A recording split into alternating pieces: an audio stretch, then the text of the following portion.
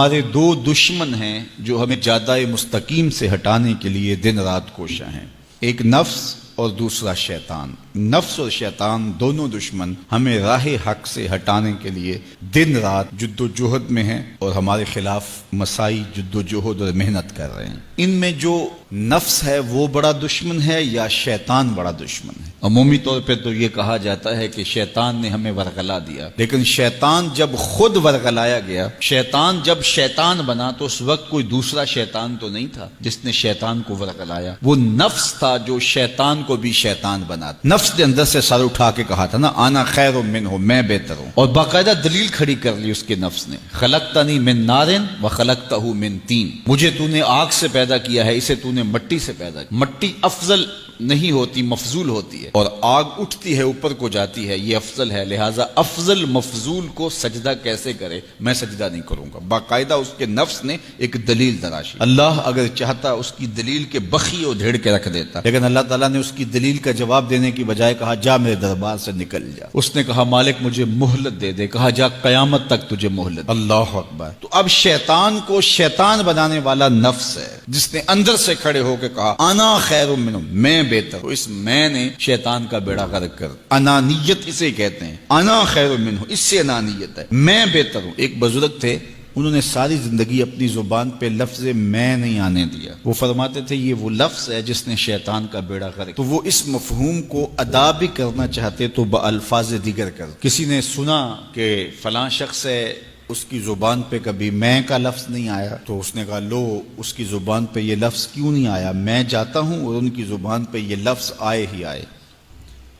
ہر شخص کی اپنی ترجیحات ہوتی ہے، ایک مہم پہ نکلا کہ ان کی زبان پہ لفظ میں لے کر آنا۔ گیا، حضرت بیٹھے تھے، حضرت ایک مسئلہ پوچھنے آیا ہوں۔ بیٹا پوچھئے۔ کہا شیطان کو کس چیز نے برباد کیا تھا؟ حضرت اب تو بولیں گے نا کہ میں نے اس کا بیڑا غرق کیا تھا، تو کہوں گا جیسے بھی زبان پہ لفظ تو آئی گیا، اور شیخ بھی بڑے سمجھدار تھے، سمجھ گئے اس کی نیت کے کھوٹ کو کہ یہ کیوں آیا ہے اور یہ مسئلہ کیوں پوچھ رہا۔ ہر مسئلہ تفہیم کے لیے نہیں پوچھا جاتا، اس کے مقاصد اور بھی ہوتے ہیں، اور اہل اللہ کو اللہ نے وہ بصیرت دی ہوتی ہے جو سائل کے انداز سے سمجھتے ہیں کہ اس کے مقاصد۔ تو کہا حضرت پوچھنے آیا ہوں کہ شیطان کو کس چیز نے برباد کیا؟ حضرت فرمانے لگے نماز کا ٹائم ہو گیا، ابھی جماعت کھڑی ہونے والی ہے، نماز کے بعد اس پہ بات کر۔ خیر نماز ہوئی، سلام پھرا تو حضرت خود فرمانے لگے کسی نے پوچھا تھا کہ شیطان کو کس چیز نے برباد کیا؟ جواب دینا چاہ رہا ہوں، کس نے پوچھا تھا؟ جھٹ کھڑا ہو گیا میں نے۔ کہا بس اسی نے اس کا بیڑا غرق کر دیا۔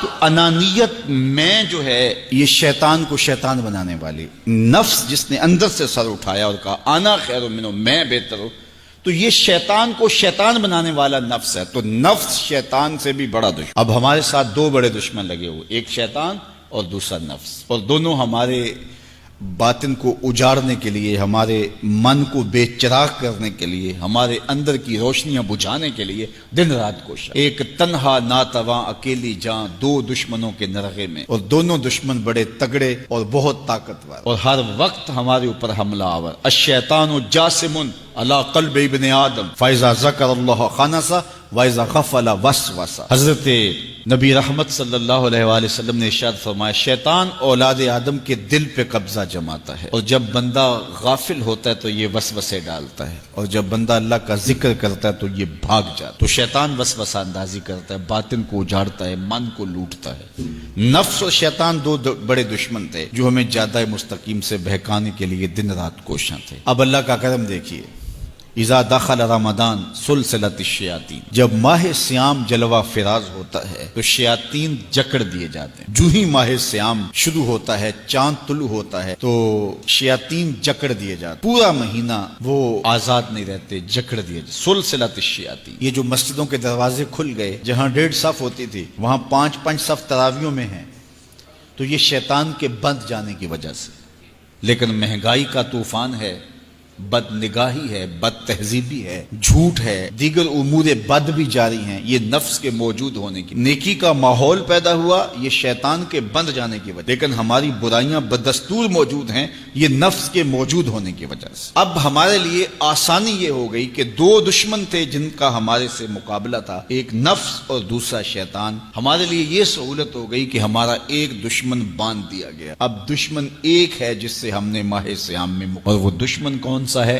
نفس۔ اب نفس کا مقابلہ اتنا آسان بھی نہیں، یہ بہت ڈاڈا دشمن ہے، اندر کا دشمن ہے، گھر کا بھیدی ہے۔ باج فقیراں کسے نہیں ماریا، باہو ظالم چور اندر داہو۔ یہ بڑا سخت اور بڑا شدید قسم کا دشمن ہے۔ یہ اس کی چالیں بہت باریک، شیطان کی چالیں بھی بڑی باریک ہیں اور نفس کی چالیں اس سے بھی زیادہ باریک۔ اب کیسے مقابلہ کریں گے؟ شیطان بھی ہماری متاع عمل کو لوٹنا چاہتا ہے، حتیٰ کہ ہمارے ایمان کو برباد کرنے پر تلا ہوا ہے، اور نفس بھی چالیں چل رہا ہے، اور ہم اپنی زندگی لاؤبالی میں گزارتے چلے جا رہے ہیں۔ ہمیں پتہ ہی نہیں کہ ہم موت کے کتنا قریب ہو رہے ہیں، اور شیطان ہمارے اوپر، نفس ہمارے اوپر حملہ آور ہے، اور یہ چاہتے ہیں ٹھیک ہے یہ چلتا رہے، یہ رسمی زندگی گزارتا رہے، کوئی بات نہیں، اس کے اندر کو ہم لوٹ لیں۔ اور یہ دونوں دن رات لگے ہوئے۔ ماہ سیام آیا تو ہمارا ایک دشمن بند گیا، ہمیں تھوڑی سی سہولت مل گئی۔ اب ایک ہی دشمن باقی ہے جس سے مقابلہ کرنا باقی ہے، اور وہ ہے نفس۔ اب نفس سے مقابلہ کیسے ہوگا؟ تو کسی ایکسپرٹ سے پوچھیں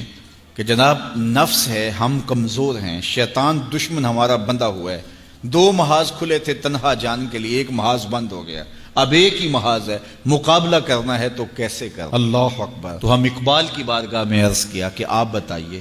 وہ کہنے لگے میں آپ کو اپنے مرشد مولانا رومی کے پاس لے جاتا ہوں۔ رومی کے پاس اقبال لے کر کے گئے تو رومی نے کہا کہ میں آپ کو ایک اور شخص کا پتہ بتاتا ہوں، اور وہ اتنا کامل ہے اور اس شعبے میں اس قدر ایکسپرٹ ہے۔ اس نے کہا ہفت شہر عشق را اتار گشت، ما ہنوز اندر خمیں یک کوچام۔ عشق کے 7 شہر حضرت شیخ فرید الدین اتار گھوم چکے ہیں، اور ہم پہلے شہر کی پہلی گلی کے کونے میں کھڑے ہیں۔ یعنی اتنا بڑا شخص شیخ فرید الدین علیہ رحمہ، تو کہا وہ بتائیں گے تمہیں کہ نفس کا مقابلہ کیسے کرنا ہے۔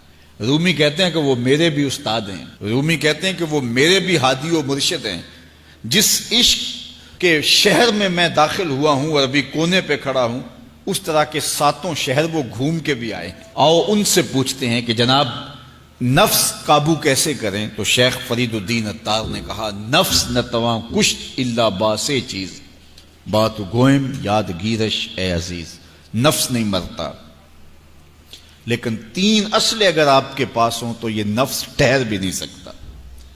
غور سے سن لیجئے، روحوں میں اتار لیجئے، اور زندگی میں ہمارا مقصد ہے اس نفس کا مقابلہ کرنا۔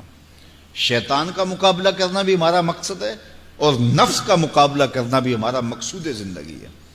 ساری زندگی فریب میں ہم میں نہیں گزارنی، زندگی تیزی کے ساتھ گزر رہی ہے اور ہم آغوش موت میں اترنے والے ہیں۔ تو یہ ڈاڈے دشمن ہماری متاع عمل لوٹ رہے ہیں، ہمارے کیے ہوئے عمل کو عجب سے، تکبر سے، ریاکاری سے برباد کر دیتے ہیں۔ ہمیں پہلے عمل کی طرف جانے نہیں دیتے، پھر عمل کے اندر وسوسے ڈالتے ہیں، پھر عمل ہو جائے تو اس کو پھر برباد کرنے کی کوشش کرتے ہیں۔ کتنے ڈاڈے دشمن ہیں جن کے نرغے میں ہم پھنسے ہوئے ہیں۔ تو پھر ہمیں کوئی بندہ مل گیا ہے جو بتا رہا ہے کہ جناب اس کا مقابلہ ایسے کریں گے، تو پھر آج کی سن لیں ہم اور غور کر لیں اور اپنے اندر اتریں۔ تو شیخ فرید الدین اتار ہمیں بتا رہے ہیں، تو سنیے وہ کیا کہہ رہے ہیں۔ نفس نتواں کشت الا باسے چیز، نفس نہیں مرتا، یہ بڑا ڈاڈا ہے، لیکن 3 اسلحے اگر آپ کے پاس ہوں تو یہ ٹھہر بھی نہیں سکتا۔ وہ 3 اسلحے کون سے ہیں؟ خنجر خاموشی و شمشیر جو، نیزائے تنہائی و ترک ہجو۔ ایک خاموشی کا خنجر، دوسرا بھوک کی تلوار، اور تیسرا تنہائی کا نیزہ۔ یہ 3 اسلحے تمہارے پاس ہوں تو پھر نفس ٹھہر بھی نہیں سکتا۔ خاموشی کے خنجر سے نفس پہ وار کیا جا سکتا ہے۔ میرے اور آپ کے آقا و مولا نے فرمایا من سامتا نجا، جس نے خاموشی اختیار کی وہ نجات پا گیا۔ ہماری زندگی کے جتنے بھی برے اعمال ہیں ان میں سے سب سے زیادہ برے اعمال ہماری زبان کرتی ہے۔ ہمارے ہاتھ بھی گناہ کرتے ہیں، کسی پہ ظلم کریں تو گناہ کرتے ہیں، ہمارے پاؤں بھی گناہ کرتے ہیں، برائی کے اڈے پہ چل کے جاتے ہیں، ہماری آنکھیں بھی گناہ کرتی ہیں، ہماری سوچیں بھی گناہ کرتی ہیں، ہم حرام کمائیں کھائیں تو پیٹ بھی ہمارا گناہ کرتا ہے، لیکن سب سے زیادہ گناہ ہماری زبان کرتی ہے۔ جھوٹ یہ بولتی ہے، غیبت یہ کرتی ہے، بہتان یہ لگاتی ہے، گالی گلوچ سب و شتم یہ کرتی ہے، گلے شکوے کا انداز، ناشکری کا لہجہ یہ اختیار کرتی ہے۔ اسی لیے میرے اور آپ کے آقا و مولا نے فرمایا جو تمہارے 2 جبڑوں کے درمیان ہے، یعنی تمہاری زبان، اور جو دو ٹانگوں کے درمیان ہے تمہاری پارسائی کی جگہ، ان دو چیزوں کی تم مجھے ضمانت دے دو، میں محمد تمہیں جنت کی ضمانت دے دیتا ہوں۔ تو اپنی زبان کی حفاظت کرنی ہے۔ دیکھیے یہ سننے کے لیے چیزیں نہیں ہیں محض، بلکہ ان پر ہم عمل کریں، اور آج سے ہی دیکھیے یہ موسم رحمت ہے، رحمت کی برکھا برس رہی ہے، اور یہ موسم نور ہمارے سیکھنے کے لیے ہے۔ تو ہم اپنے نفس کو کیسے قابو کریں گے؟ دو دشمن تھے، ایک بندھا ہوا ہے، چھوٹ کے کچھ نہیں کر سکے گا اگر نفس کو قابو میں کر لیا۔ اور اگر ہم نفس کنٹرول نہ کر سکے، وہ تو جہنم کی آگ میں اور زنجیروں میں جکڑا ہوا پیچو تاب کھا رہا ہے کہ یہ جو ٹوپیاں پہنے ہوئے مسجدوں میں جاتے ہو نا، میں عید کے دن نپٹ لوں گا تم سے، وہ تو اور نفس کے ساتھ مل کے ہمارا بیڑا غرق کرے گا اور ہمیں اور دور کر دے گا، اور ہماری باطنی اساس اور بنیاد اور کمزور کر دے گا۔ اس لیے ضرورت ہے کہ ہم اپنے نفس کو ان دنوں کے اندر کمزور کریں۔ اس کا پہلا نسخہ کیا ہے؟ خاموشی کا خنجر۔ آپ جب خاموشی اختیار کریں گے، زبان کو صرف ضرورت کے لیے استعمال کریں گے، تو پھر نتیجہ کیا ہوگا کہ آپ کے گناہ بہت کم ہوں گے، جھوٹ کم ہوگا، غیبت نہیں ہوگی، بہتان تراشی نہیں ہوگی، دیگر اعمال جو زبان کے ذریعے سے صادر ہوتے ہیں، اور ہم گناہوں میں اضافہ کرتے چلے جاتے ہیں۔ تو زبان کو اگر کنٹرول میں کر لیں گے، اللہ اکبر، حضور علیہ الصلوۃ والسلام نے زبان کے کنٹرول کرنے کی تلقین کی، اور یہ بغیر ہڈی کے گوشت ہے، اس کو سنبھال لیا جائے، 32 دانتوں میں جکڑ کے رکھی گئی زبان ہے، لیکن یہ پھر بھی قابو میں نہیں رہتی۔ اس کو کنٹرول میں کر لو، اس کو قابو میں کر لو۔ ایک روایت میں آتا ہے جب صبح ہوتی ہے تو سارے اعضائے بدنیاں زبان کے آگے ہاتھ جوڑتے ہیں کہ بی بی تو نہ کچھ کرنا، تیری وجہ سے ہم سزائیں کاٹیں گے اور اذیتیں پائیں گے۔ تو زبان کو قابو میں کرنا، اور اس کا علاج کیا ہے؟ خاموشی۔ من صمت نجا، جو خاموش ہوا وہ نجات پا گیا۔ خنجر خاموشی، خاموشی کا خنجر ہو تو نفس کے لیے بہت بڑا وار ہے۔ دوسری بات، شمشیر جو، بھوک کی تلوار۔ بھوک کے ذریعے نفس کشی ہوتی ہے۔ نفس کا مقابلہ بھوک سے ہم کر سکتے ہیں، چونکہ جب بھوک ہوگی تو اس وقت بہت ساری خواہشات جو ہیں وہ دم توڑ جائیں گے۔ اللہ کے محبوب علیہ السلام کا ایک فرمان سنیے، بالخصوص نوجوانوں کے نام۔ یا معاشر الشباب من استطاع منکم الباء فلیتزوج فإنہ اغض للبصر واحسن للفرج فمن لم یستطع فعلیہ بالصوم فإنہ لہ وجاء۔ فرمایا اے جوانوں کے گروہ، تم میں سے جو نکاح کرنے کی طاقت رکھتا ہے وہ دیر نہ کرے، جلدی نکاح کر لے۔ کیوں کہ نکاح نگاہ اور پارسائی کی جگہ کا محافظ ہے، تمہاری نظر کو بھی محفوظ کرے گا اور تمہاری پارسائی، تمہاری عصمت کے جوہر کو بھی محفوظ کرے گا۔ تو اگر کسی کے پاس استطاعت ہے تو وہ نکاح کرنے میں دیر نہ کرے۔ فَإِن لَمْ يَسْتَطِعْ، اور اگر کوئی طاقت نہیں رکھتا، اس کے حالات ایسے نہیں ہیں کہ وہ نکاح کر پائے، فَعَلَيْهِ بِالصَّوْمِ، تو فرمایا وہ کثرت کے ساتھ روزے رکھے۔ فَإِنَّهُ لَهُ وِجَاءٌ، روزے اس کے لیے قاطع شہوات ہیں اور اس کی مشکلیں آسان کرنے والے ہیں۔ تو نوجوانوں کو اگر استطاعت نصیب ہو جائے تو وہ شرم نہ کریں، وہ نکاح کی طرف بڑھیں تاکہ ان کی عصمت کے جوہر کی حفاظت ہو سکے۔ لیکن کسی وجہ سے نکاح میں تاخیر ہے تو پھر وہ کثرت کے ساتھ روزے رکھیں۔ روزوں کی کثرت گناہ سے، شہوات سے، برائی سے، گناہوں سے انسان کو بچاتی ہے۔ تو کثرت کے ساتھ روزے رکھے جائیں تو روزہ بھوک جو ہے وہ نفس کشی کا ایک مؤثر ترین علاج ہے، اور یہ میرے اور آپ کے آقا و مولا نے بیان فرمایا۔ تو بھوک کی تلوار جو ہے یہ نفس کشی کا ایک مؤثر ذریعہ ہے، اور نفس کا سر کاٹنے کے لیے بھوک کی تلوار ہمیں ہر وقت حمائل کیے رکھنی چاہیے، اور ہر وقت اپنے ساتھ لٹکا کے رکھنا چاہیے۔ کثرت کے ساتھ ہمیں روزے رکھنے چاہیے۔ تیسری بات فرمایا نیزہ تنہائی، تنہائی کا نیزہ۔ جب آپ عمومی طور پہ مجلسی زندگی میں ہوں گے تو بہت ساری خطائیں اور بہت سارے گناہ مجلسی زندگی میں آپ سے سرزد ہوں گے، تو جب آپ تنہائی اختیار کر لیں گے تو بہت سارے گناہوں سے بچ جائیں گے۔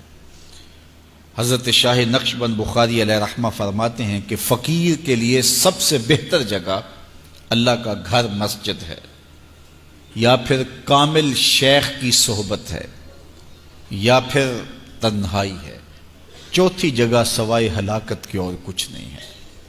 العافیۃ فی العزلہ، عزلت میں، تنہائی میں عافیت رکھی گئی ہے۔ اس لیے اپنے آپ کو ایسے ہجوم میں، ایسی جگہوں پہ لے جانے سے روکیں، اپنے آپ پر ضبط کریں جہاں نظر پاک نہیں رہتی، جہاں خیال کی پاکیزگی کا سامان نہیں رہتا، اور جہاں آپ کی جو ہے وہ آپ کی زبان محفوظ نہیں رہتی۔ دوستوں کے ساتھ بیٹھیے، آپ عزیزوں رشتہ داروں کے پاس جائیے، ضرور ملاقات کیجیے، لیکن اس کا ایک اعتدال ہونا چاہیے۔ اگر آپ سمجھتے ہیں کہ کسی جگہ جاتے ہوئے، کسی جگہ پہنچ کر آپ کی نظر میں پاکیزگی نہیں رہے گی، خیالات میں گندگیاں گردش کرنے لگ جائیں گی، سوچوں میں آوارگی آنے لگ جائے گی، تو وہ شادی کی تقریب ہو یا کوئی اور تقریب ہو، وہاں جانے سے اپنے آپ کو روک لیں، کیونکہ وہاں جا کے آپ اپنا کوئی فائدہ نہیں کر رہے، اپنا نقصان کرنے جا رہے ہیں۔ تو جہاں آپ کو یقین ہو کہ آپ وہاں اپنے آپ کو بچا نہیں پائیں گے، اپنی حفاظت نہیں کر پائیں گے، تو وہاں سے تنہائی بہتر ہے، وہاں سے عزلت بہتر ہے۔ تو یہ تین چیزیں ہم اگر کر لیں تو یہ نفس کشی کا ایک مؤثر ذریعہ ہے۔ اب ماہ صیام کے اندر اللہ تعالیٰ یہ تینوں چیزیں ہمیں نصیب کرتا ہے۔ ہم زیادہ بولتے نہیں ہیں، روزے سے ہوتے ہیں، بلکہ فرمایا اگر تم سے کوئی شخص بحثے، کوئی الجھے، کوئی لڑائی کرنا چاہے، بدتمیزی کرے، تو اس سے کہو انی صائم، میں روزہ رکھا ہوا ہے۔ اور اسی طرح بھوک تو میسر ہوتی ہی ہوتی ہے، اور تیسری بات کہ عزلت بھی میسر ہو جاتی ہے، اس میں آپ ذکر کے لیے، فکر کے لیے، روزے میں آپ تلاوت کلام مجید کے لیے تنہائی اختیار کرتے ہیں۔ تو گویا روزہ ایک ایسی تربیتی ورکشاپ ہے کہ جس کے ذریعے سے آپ کے نفس کی تہذیب ہو جاتی ہے۔ جب نفس قابو میں آ گیا، نفس کنٹرول میں آ گیا، نفس کو آپ نے کمزور کر لیا، تو شیطان چھٹ کے بھی کچھ نہیں کر سکے گا، کیونکہ شیطان ہمارے اوپر حملہ کرتا ہے نفس کے ذریعے سے۔ باہر کا دشمن ہے اور نفس اندر کا دشمن ہے۔ ہمارے دیہاتوں میں چوری ہو جائے نا تو بوڑھے بزرگ مل کے بیٹھ جاتے ہیں کہ بتاؤ چوری کیسے ہوئی، تو ایک نقطے پہ سارے متفق ہوتے ہیں، اور وہ نقطہ یہ ہوتا ہے کہ کوئی اندر کا بھیدی ضرور ہے۔ جب تک کوئی اندر کا بندہ نہیں تو باہر سے کوئی آ کے از خود چوری نہیں کر سکتا، تو کوئی اندر کا بندہ ضرور موجود ہے۔ نفس اندر کا بھیدی ہے اور شیطان باہر سے آ کر حملہ آور ہونے والا ہے۔ اس لیے شیطان کو اندر آنے کا موقع نفس دیتا ہے۔ نفس کو ہی کمزور کر لیجئے، وہ آپ کا ساتھی بن جائے، نفس امارہ، نفس مطمئنہ بن جائے، اور وہ نفس جو برائی کا حکم دیتا ہے وہ نفس امارہ کہلاتا ہے، اور جب وہ کثرت ذکر سے، عبادت سے نفس مطمئنہ بن جاتا ہے تو پھر وہ شیطان کے لیے رکاوٹ کا ذریعہ بن جاتا ہے، اور آپ کی زندگی محفوظ ہو جاتی ہے۔ اور یہ ہمارا کام ہے، یہ ہمارے کرنے کا وظیفہ ہے۔ دیکھیے حضرت انسان کو اللہ نے اختیار دیا، زندگی دی، فہم دیا، ادراک دیا، گناہ کی قوتیں اور نیکی قوتیں ساری اس کے ساتھ لگی ہوئی ہیں۔ اس نے صرف ایک لا ابالی شخص کی طرح زندگی نہیں گزارنی کہ جو سامنے آ گیا کھا لیا اور جو زبان پہ آ گیا بول دی، ایسا نہیں ہے۔ یہ تو انسان ہے، اس کو تو اپنی زندگی کی راہیں خود متعین کرنی ہے کہ میری دنیا آخرت کے لیے نفع بخش کیا چیز ہے اور نقصان دہ کیا چیز ہے۔ انا ہدیناہ السبیل اما شاکرا و اما کفورا، کہ ہم نے اس کو دونوں راہیں دکھا دی، وہدیناہ النجدین، اس کو پتہ ہے یہ اچھائی ہے یہ برائی ہے، اس نے اس سے اجالنا ہے اپنے اندر کو اور اپنے باطن کو سنوارنا ہے۔ تو ماہ صیام ہمارے لیے موسم رحمت اور موسم نور ہے، جو ہمارے اندر کی روشنی کا سبب اور ذریعہ ہے۔ تو آئیے یہ موسم اللہ نے ہمیں نصیب کیا، قرآن مجید کی کثرت سے تلاوت کریں، نفس کمزور ہوگا، تنہائی اختیار کریں، نفس کمزور ہوگا، اپنی زبان پہ قابو کر لیں، نفس کمزور ہوگا، بھوک تو ہم روزے کی وجہ سے کاٹتے ہی کاٹتے، نفس کمزور ہوگا۔ اب شیطان چھٹ کر بھی عید کے دن ہمارا کچھ بگاڑ نہیں سکے گا اگر ہم نے اپنے نفس پہ قابو پا لیا، اور اگر نفس پہ قابو نہ پا سکے تو شیطان تو پھر پیچ و تاب کھا رہا ہے، اور وہ ہمارے اوپر پھر اور زور و شور کے ساتھ حملہ ہوگا اور ہماری متاع عمل کو لوٹ لے گا۔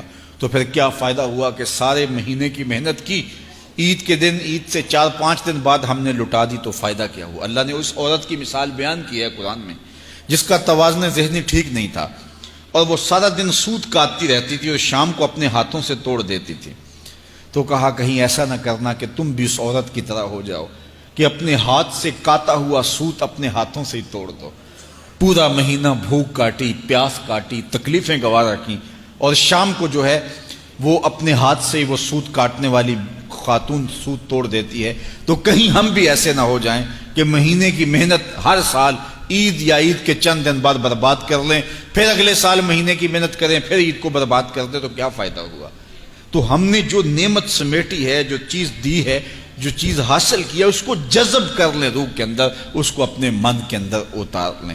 اہل ایمان کو ایک دعا تلقین کی گئی ہے، وہ کیا دعا کرتے ہیں؟ ربنا لا تزغ قلوبنا بعد اذ ہدیتنا، اے اللہ ہدایت کے بعد ہمارے دل کو پھر دوبارہ ٹیڑھا نہ کر دینا۔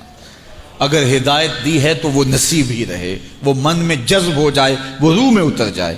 تو میں اور آپ اپنی زندگی کو اللہ اور اس کے رسول کے نام پہ لگایا ہے، تو پھر اپنی ساری زندگی کو اللہ اور اس کے رسول کے نام پہ لگا دیں۔